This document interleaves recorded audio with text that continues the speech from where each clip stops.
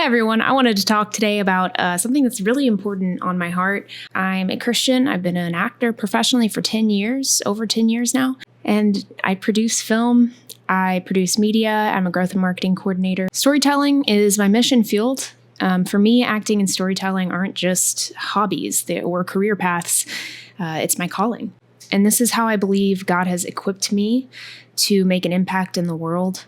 A testimony is a story of fundamentally how God took someone from the hardest, lowest points of humanity and brought them into his light, aka made them into a better person who actually helped humanity and helped society.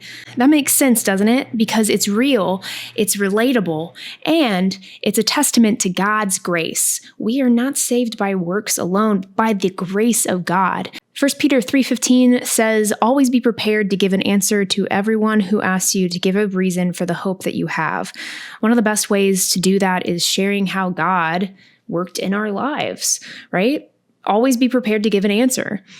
Always be prepared to defend your faith. One of the best ways is just telling people what happened to you. Tell people how he transformed you, right? It's the same with storytelling. When we see broken characters experience redemption or a character arc that's positive, or even a story that just makes us think about what is right, what is wrong. A story like that is powerful. It can transcend gender, it can transcend nationalities, and it can even transcend religions, polarizing opinions and languages, It can transcend pretty much anything. And because I believe in universal truth. If you believe in the Bible, you believe in universal truth too. You believe in a truth that is true universally.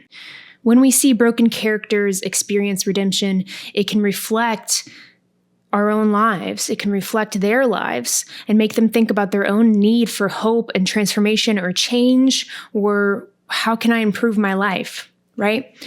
These are my favorite stories to tell. Now, here's where it gets challenging. Christians, of all people, because we've been changed, because we've received grace, we should be the least judgmental. In fact, everyone in the Bible, all the leaders of the Bible, we see how they mess up. David, one of the greatest kings, he messed up a whole bunch. Moses killed a man before he was changed, basically, and called to lead the people out of Egypt. Every single person in the Bible was not worthy to be called by God. And we see this throughout the Bible, and we also see it with Jesus' disciples. The only person who didn't have sin was Jesus. Therefore, we should be the least judgmental people, because the gospel's clear. We are saved by grace through faith, not works. Ephesians 2:8-9 reminds us, "For it is by grace you have been saved through faith. This is not from yourselves. It is a gift of God, not by works, so that no one can boast." Yet, so many Christians fall into the trap, the dark trap of the enemy of self-righteousness and judgment. We do this with fellow Christians. We even do this with Christians who are making Christian works. We do this just like the Pharisees, whom Jesus rebuked repeatedly and publicly. If our works don't save us, then we should be the first to show the love of Jesus to others. But too often, the light and love of Christ are overshadowed by judgmental attitudes. Instead of extending grace, we come across as harsh and condemning, the exact opposite of what Jesus modeled. Jesus' heart, if you look at what he cared for, what he spoke on, who he taught, who he rebuked even, it all leads back to Jesus being there and caring for the sinners and the brokenhearted. We are all sinners, but it's the people who seemed the most dark, the social outcasts. Those are the people that he seemed to focus on and spend the most time with. We are called to serve and love, not to alienate. So what does this mean? So what does all this mean if you want to be an actor, right? How does this even apply? Okay, let's talk about it. Do you only work in Christian films, or do you pursue secular roles as well? What kinds of scenes are okay to do? What actions are not okay, even if you're playing a part? These are questions I wrestled with 10 years ago, and God I won't go into detail about like all of my personal moral boundaries or even what's clearly outlined in the Bible, but God sent pastors and scholars of the Bible and the greatest Christian minds, thankfully, that we have today. And I got to meet with some of them one-on-one, and I've formed these moral boundaries that I keep and have kept for the past 10 years. But yeah, there are still some gray areas where everyone needs to pray and seek wise counsel, but let's go into some detail here. So here's the thing. I'm going to say some things that you might disagree with, or I might challenge you, and that's okay. You know, every person is going to have what God tells them specifically is a stumbling stone for them. And in that case, you need to stay away from it. You need to honor what God calls you to, and I'm not going to fault anyone for disagreeing with me here. If God has told you to stay away from something or even have a stronger boundary than I have, that's fine. I'm also not going to go into too much detail about mine, as it would just take hours and hours of time. We don't have time for that. Also, it's deeply personal to me. Even though it is seen in the Bible, it would take hours to really get into detail. Yeah, here's the thing. I rarely play characters who reflect who I am in real life. Acting is about stepping into someone else's shoes. A professor talked about having a baseball team, and all of them are sitting in the bench, whatever it's called, the inning zone. I don't know. But each of those people are inside you, and you're able to play a whole host of different types of people. And honestly, acting has made me a more empathetic person. Acting has made me into a person who actually has more of the love of Christ in me than I would otherwise. One of my favorite things is looking at a character and being revolted by their actions and then having to figure out why would they do that, finding empathy for them. And it's been truly a great journey. I love it. That's one of my favorite things. It's about stepping into someone else's shoes, about someone who's very different from you. And if you feel convicted to only play characters that are moral and perfect and aligned with Christian values, that's your personal decision between you and God. But for me, I feel drawn to broken characters. I feel drawn to flawed characters. Mark 2:17 says, "It is not the healthy who need a doctor, but the sick. I have not come to call the righteous, but the sinners." I'm not saying Christian films can't be helpful for non-Christians. Not saying that at all. They absolutely can be. But if we're honest, Christian films are marketed to Christians, and they're primarily watched by Christians, and that's okay. But if our goal is to reach people who don't already know Jesus, secular films provide an incredible opportunity to do that. And they tend to be much more interesting, in my opinion, and less preachy. I don't like films on either side of the political spectrum or the moral spectrum who are preachy at all. I like films that naturally help you draw an educated opinion, or even help you seek an educated opinion. That happens from deep questioning, that happens from deep discussion, and deep and usually flawed characters. To be clear, every single character is going to be flawed. Like I said, storytelling transcends barriers. It reaches across color, gender, nationality, and even religion. A powerful story with themes of redemption, hope, and grace can resonate with anyone regardless of background. And here's the beautiful part.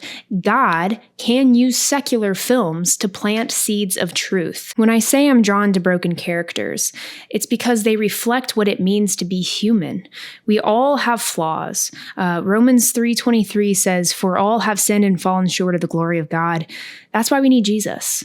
Every character, every person, every human in a story is imperfect.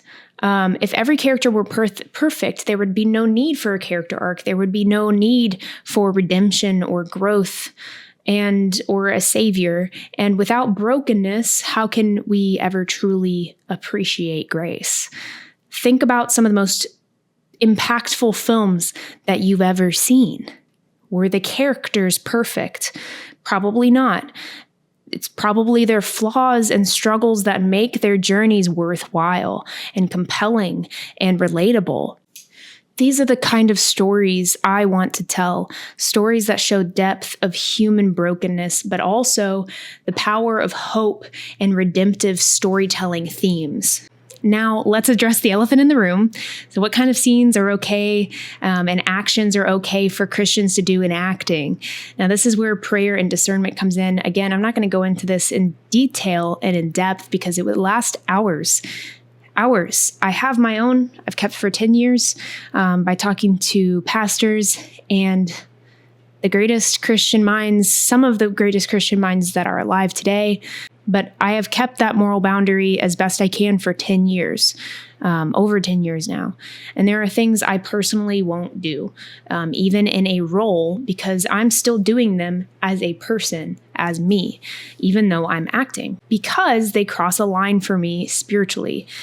For example, I won't do anything that glorifies sin without showing its consequences or a redemptive story arc. Philippians 4:8 gives this guiding principle: whatever is true, whatever is noble, whatever is right, whatever is pure, whatever is lovely, whatever is admirable, if anything is excellent or praiseworthy, think about these things, and the God of peace will be with you. But I also recognize that playing a broken character doesn't mean that I'm endorsing their actions. It means that I'm showing their humanity. I pray about every role, seek wise counsel from pastors and mentors if it's in the gray areas of my moral boundaries, and in some cases is not really clear in the Bible. Those are very rare. I really haven't had to do that yet because it's usually very clear if it's a role that I should take or not. Proverbs 11:14 says, "For lack of guidance, a nation falls, but victory is won through many advisors." If I'm uncertain about a role, therefore, I bring it to God and I ask for clarity. I pray about it first, and then I seek wise counsel. Storytelling is one of the most powerful ways to connect people and to connect with people. Telling stories of brokenness to redemption or reflecting the gospel, the ultimate story of God's love for a broken world, can be done through secular stories. A great example of this is I used to think all films that cursed were bad. That was a bad film. And I said this to one of my Christian friends in high school, and she shared with me that, and trigger warning, she was molested. And when she watched Good Will Hunting, if you haven't seen that movie, it's full of the F word.